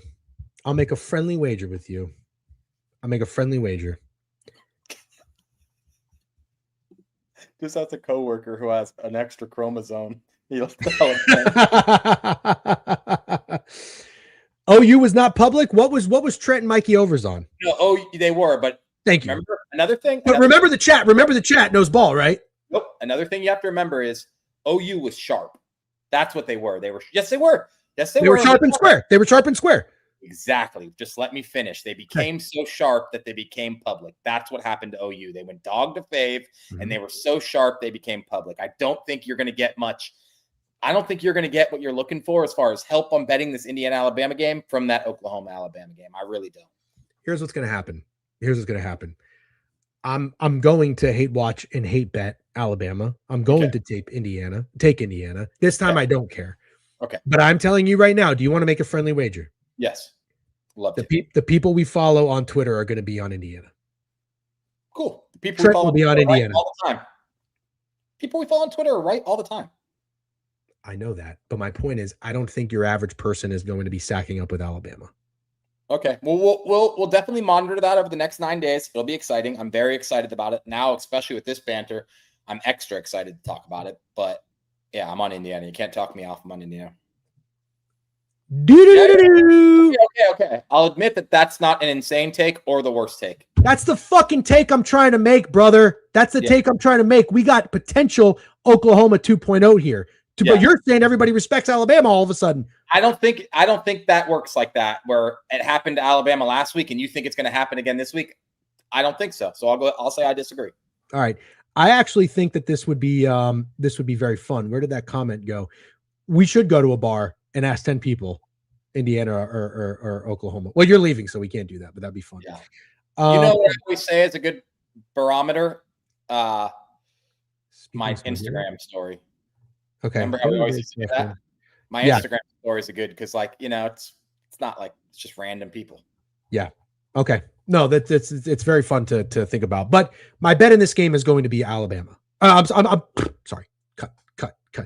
My bet in this game is going to be Indiana. I will not be betting Alabama. All that will be together, and that sounds like a good time. We're gonna hit that bet. Yeah.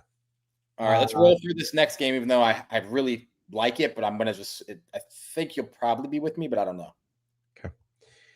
Snacks, we know that. You don't have to say that. My point is, I still am curious about whoever it is on Twitter that you think is square but tries to be sharp. I think you're going to see people on Indiana. That's what I think is going to happen. But that's okay. You're right. Those plays hit all the time. I don't care. It's not dictating my wager. It's just fun to talk about. Steak is saying Alabama because of the brand and because of what they did 3 years ago. Everybody's just going to take the points with Bama. I don't think that's going to be the case, but I am going to take Ole Miss regardless. Ole Miss, 6.5-point dogs against the Georgia Bulldogs. Not true, Crutch. They did not shit on Alabama all year. They shit on them for losing to Florida State. Then they beat Georgia, and people were back to calling them the best team in the country. And then they closed out the season awful, got shit on again, got led into a playoff people said they didn't deserve to be in, and then dominated a game. Let's not forget. Yeah. You made the point, buddy. I don't even know what you're talking about. Using Twitter followers as a sample size is crazy. Why? Why? Oh, all of a sudden now you're going to act like nobody cares. Hold on. 0 They went down 17-0 and scored 27 unanswered. Nobody cares what Trent and Betting Queen are on, because that's literally what like 75% of people care about. I have people commenting that. People care. Yeah, I don't know. Yeah, absolutely. And like this is so silly. This is so silly. You know people care. And I have no idea what Snacks is talking about, to be completely honest with you, about making the point. Poor Jay Thorpe. Yeah, Jay Thorpe. He's got to say something about anything else to not. He's teetering on the edge of getting banned, which will be sad. Hey guys, I'm going to go on record, and you can call me crazy. If you go down 17-0 in a game and end up winning that game by double digits, you dominated that game. That's my. I do not think. I disagree with you. Okay. I don't think anybody comes out of that game and be like, "Holy shit, Alabama's the real deal." I don't think anyone thinks that. Okay, that's fine. Yeah. Where are we at? Ole Miss 6.5, total 56.5. Georgia's minus 255. Oof. So this is just so we're looking at Profit X. This is the same spread, but Indiana's minus 225 to win the game on the money line. Georgia's minus 255. Something about these dogs, huh? Yeah, I like Ole Miss. I think everybody already knows I like Ole Miss. I don't have to give you a long pitch on why I like Ole Miss. There's not going to be a lot of chaos up until this point. This is the final game of the playoffs. No matter who wins between Oregon and Texas Tech, no one's going to care. I definitely don't think Alabama has a shot to beat Ohio State. I just think they have a chance to cover, and I think Indiana routes will have no chaos. Ohio State will be awaiting the winner of this one. Indiana will be slated to play fucking whoever wins that game. No one will be surprised.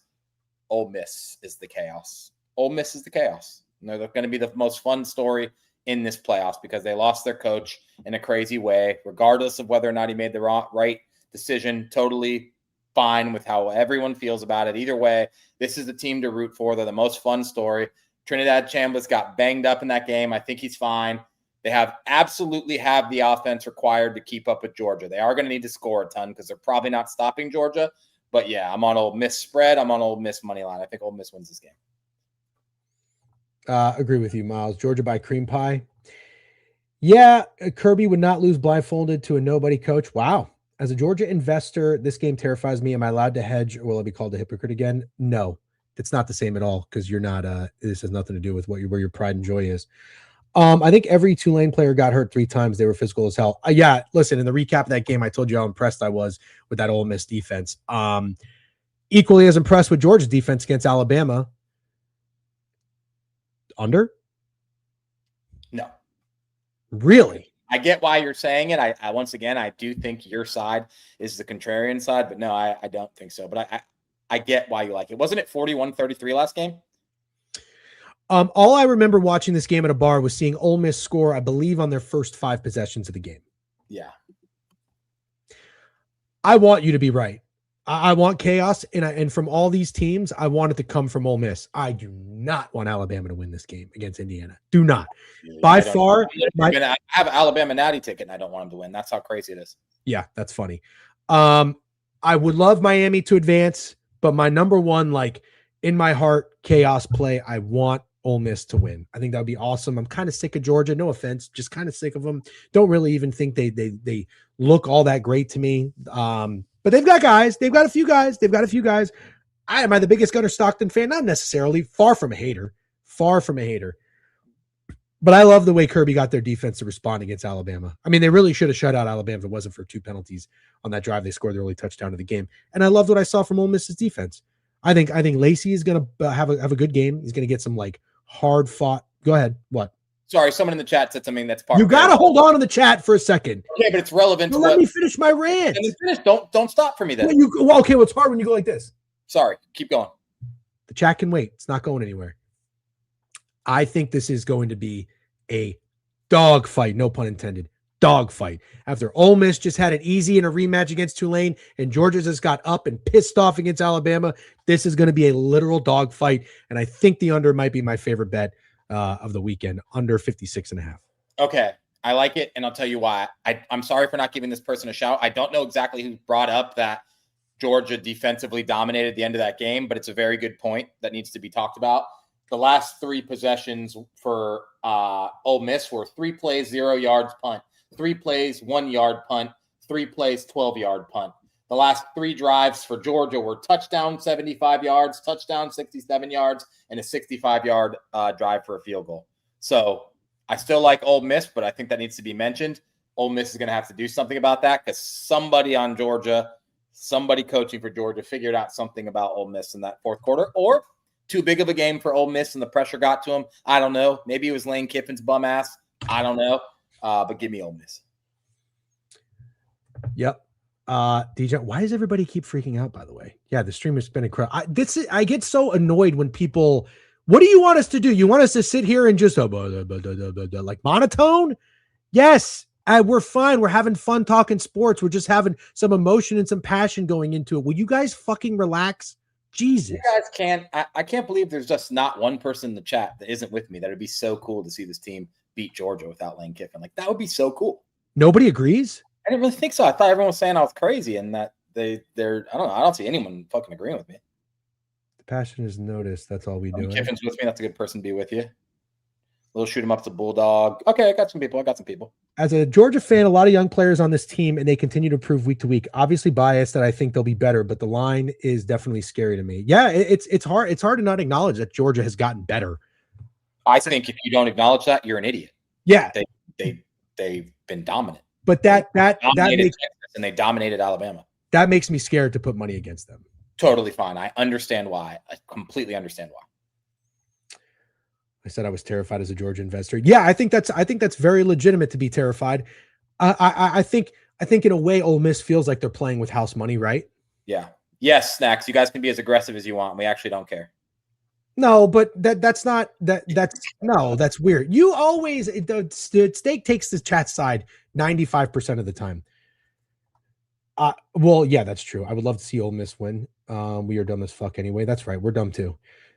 Give me some new blood and cause some chaos. I'm with you. DK stats say 58% of the bets were on Bama, but Trent and Mikey were on OU, so that was the public side. And well said. No, to be clear, B Young, I think I said it pretty perfectly. Oh, I think Oklahoma was sharp side. I just think there are times, especially when they're super public games that everyone's watching and betting on, where you watch the sharp side become the public side. I feel like it does happen. Yeah. If I'm mistaken, didn't Ole Miss organization just crumble? Who calls a college team an organization? If they beat us, I'm riding Ole Miss the rest of the way. Yeah, you should. Oh, you crumble in the Georgia game, you mean, Goat Sports? They crumbled in the Georgia game. Georgia dominated the fourth quarter of that game. Absolutely dominated. Steak is a riot insider. Yeah, he is. Okay, it's 12:22. We're way past our time. Real quick, but we did get a late start, so that's how we make it up for you. Men of the people, as always. No. I think J.E. Thorpe has been putting time out 4 times a stream. I might just time him. Instead of banning him, I might just time him out. You've been timing out J.E. Thorpe? Oh, yeah. Yeah. Fucking rat. He hasn't said one thing about a game. He said one thing about a game. I think he just talked about my blood pressure and my eyebrows. I like the over in the Miami game, Ohio State game. I like the under in Ole Miss, Georgia. Those are my 2 favorite plays right now. Steak, what are your top 2 plays?